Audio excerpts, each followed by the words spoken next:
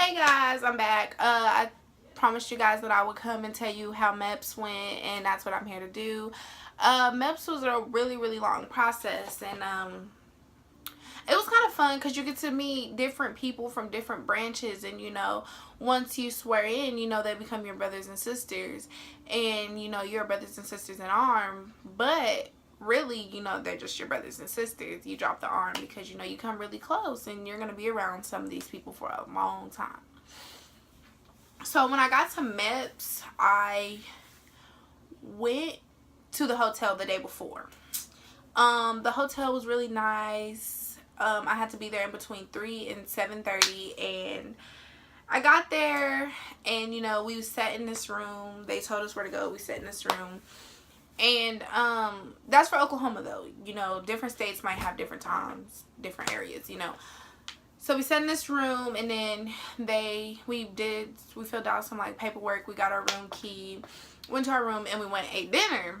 Well, we had to be back in that room by 8:30. By the time we got back to the room, by the time we got back to that room, we'd had a briefing. The briefing is only like 10 minutes long. It's like a video, and it tells you everything you're gonna do the next day. So after the briefing, you can go to the pool, you can go to the weight room, the gym, like whatever you feel like, whatever the hotel has, the amenities that the hotel has, that's what you can do. You can go.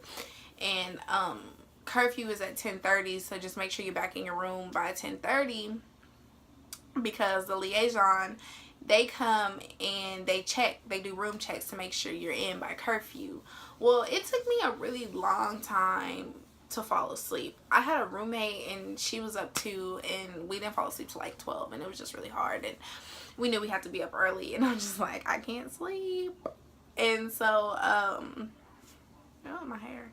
So finally we fell asleep, and then like the wake up call went off at like 4:10, and the phone was just like ringing, and so we thought it was going to be like a loud buzz, but the phone was ringing, so I answered. It was like, hello. But it was our wake up call. So we got up, got dressed, because we had to be in the breakfast area by 4:45. So you give you time to get dressed and stuff, to get downstairs, get your stuff together, get downstairs. You eat breakfast. You really don't want to eat a big breakfast, because right after breakfast you load on the bus and you go to medical. Well, when you get to medical, they're going to do your height and weight, and so you don't want to be over your weight. So if you eat like a big breakfast, that can add pounds, even though like the pounds go away once the food go away. But you don't want to be overweight, because that could disqualify you for the moment until you get your weight back down. So when you get on the bus, you go to MEPS. When you get to MEPS, you unload, and you sit there and wait for them to tell you to go through the metal detectors and stuff. When you get to the metal detectors, they're gonna say, if you have any jewelry, metal, belts, boots, anything other than tennis shoes, you need to take them off. So I would advise you guys to wear tennis shoes. And your clothes is a big thing. Even for the ASVAB, your clothes is a really big thing, because you can't wear shorts. They have to be a fingertip length. They have to be below your fingertips. So if you wear shorts to take your ASVAB, can't take your ASVAB. You have to change. If you don't have any extra change of clothes, then you just can't take your ASVAB. If you go to your medical processing with shorts, you can't do your medical processing. It's a really big thing. They're kind of old school. You can't have any rips, holes, none of that. Nope. So once you go through the metal detector, they'll be like, okay, go to your branches, and then they'll tell you where to go next. Well, once you go to your branches, you'll have this packet, and it's like a big brown packet, and it's full of paperwork.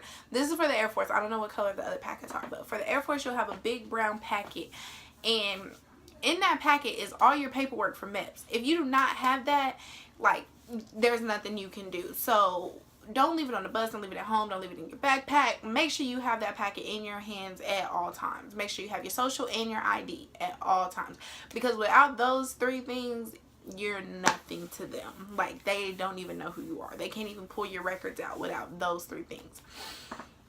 So once you go to your branches, and your branch will call you in one by one, and you'll give them that packet. They'll look through that packet, and they'll be like, okay, you're cleared to go to medical. So once you're cleared to go to medical, once you get to medical, you'll go to the desk, they'll check you in, and they'll be like, okay, go sit over there and someone will be with you, or go sit over there, go to room 1, go to room 8. I went to room 8 first because I was one of the first ones in there, and that's to check your reading and your ears to see if you have any earwax. You read this for the Air Force, you read this piece of paper, and it's like, my great grandfather wears what did it say? It said my 76-year-old grandfather wears a black trench felt coat. So you read it, and then they're like, okay, you know, if you can't read it, I guess you fail. I don't know. But I didn't have any earwax. But if you have earwax, they clean your ears out. So they'll clean the earwax out. So then after that, you know, you go run around. You have to do urine. You have to do blood work. You have to do hearing. And the hearing, you have these like headphones on. And they're so tight, like you can't hear. Like you can't hear outside. And so you'll have this little clicker, and they'll tell you when to click. And like if you hear a sound, and the sounds are so faint, like at first they're really really close and then they get faint, but it's left ear and then right ear. So mine started with the left ear, and it was like really loud at first, and it was like beep beep beep beep beep, and like, you know, and then it got really faint. It was like beep beep, and so I'm looking, I'm like, is somebody else around me? Like, turn down your headphones. So, like, I thought I was going to fail, but they said I did really, really good. So, you know, you just have to listen, kind of zone everything out when you're taking the hearing, because they do get really, really faint to the point you barely can hear it. So, then you take your eye test. So, you do urine, vision, blood work, hearing, oh, you do a briefing. So the briefing is like if you have any tattoos, any scars, permanent scars, birthmarks, or piercing holes that are identifiable. You'll do a briefing, and you'll fill out all this paperwork, and you'll fill out your dependency paperwork and your medical paperwork, like to get health insurance and stuff like that, who's going to be on your health insurance. So you'll go through this briefing, and you'll do all that. Whenever you do your tattoos, if you have tattoos, make sure you describe them, because if you don't describe them in details and where they're at and what they mean, and when you go to your interview for females is like your pap smear, basically your physical and your pap smear, and they see it and that's not what's on the paper, they'll like flag you. So it could be a disqualification because it's like false documentation, basically. So after your interview, you gotta wait till all the girls are done, and then you'll go through your exercising training to make sure you pass. And so when you do your exercising training, you do duck walk, you do fall on your heels and stand up without your hands. You go through all these different exercises to make sure you can qualify to get in. The duck walk was like it was kind of hard, but not really. They explain it in a lot of detail, so that's really good. So once you pass that, then woohoo, you're done with your medical exam. So you go, they give you your paper, you go to your doctor, the lady who did your pap smear or your exam, and she'll say if you passed or failed. And so she'll be like, congratulations, good luck on the rest of your journey. And she'll give you your packet back. You'll take it to the medical desk. They'll type you up to go ahead and send your files over to the actual front desk of the MEPS. And then they'll be like, around this time, for me, it was like 11:30. So it was lunchtime. We were literally there for like 6 hours. So, they gave me, well, they was like, do you want to go to lunch first? And I was like, yeah. So I went to lunch. They was like, give me 20 minutes to type up your paperwork and then you'll be good to go. And I'm like, okay, cool. So I went, ate lunch, and I came back. I got my paperwork, and they were like, they was like, go ahead and take it to your branch and they'll be able to help you. So once I got to took my paperwork to my branch and stuff, they were like, okay, let us get your contract together, get your jobs together, and, you know, we'll call you back. Hey, you will only get your jobs from MEPS if you did not score a outstanding score like 80 and above, 70 and above. If you already know, or if you already know what your job is, then you will get it from your recruiter. If you go to your recruiter and like, yeah, so I want to be a combat medic. Yeah, combat medic. They'll be like, then you already have your job. You have to score that score, and they'll save your job for you. If not, you'll get it from MEPS, and MEPS will tell you your jobs and stuff. So you'll go through all of that. So then once you have they'll tell you to have a seat, and they'll get your paperwork together, and then they'll call you back. You'll go over your contract, you'll go over your jobs, you'll go over all your paperwork that you went over with your recruiter. You'll go over it all over again with them. Then once you finish with that, they'll send you to operations. Operations is just your fingerprints, and they're gonna scare you and be like, did you lie, did you lie, did you lie? If you lied, you're gonna go to jail, you're gonna have a $50,000 fine, da, da, da, da, da, da, da. And so they're gonna try to scare you. So just see if you lie. Most of the time you don't lie, so I hope you don't lie. It's the federal government.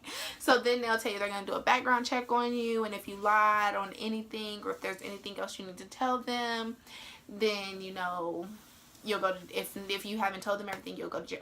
That's not true. They're just going to send you home and disqualify you. Permanently disqualify you, so don't be scared. So you go through all of that. Once you get out of operations, you'll go back to the front desk, and you'll be like, I'm ready to swear in. And they'll be like, okay, go tell your branch you're ready, and your branch will give you everything you need to swear in. And then by that time, your family should be there. Once you're ready to swear in, it literally takes 5 minutes. So you go in this room with everyone else that you're swearing in with, and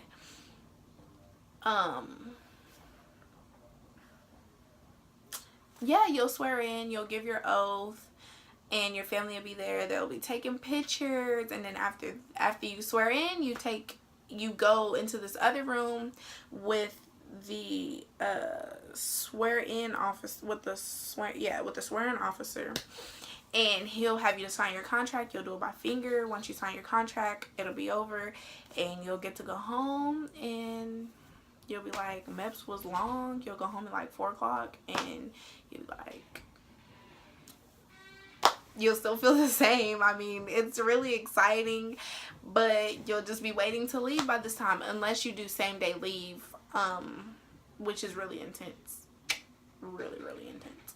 So yeah, that was my experience at MEPS, and I really had a good time. And I am actually currently overweight, so I cannot leave until I am 10 pounds under my max. So I'm currently working on that, and I'll keep you guys updated on my journey. So thank you guys for watching. Make sure you like and subscribe my page, and keep the comments coming.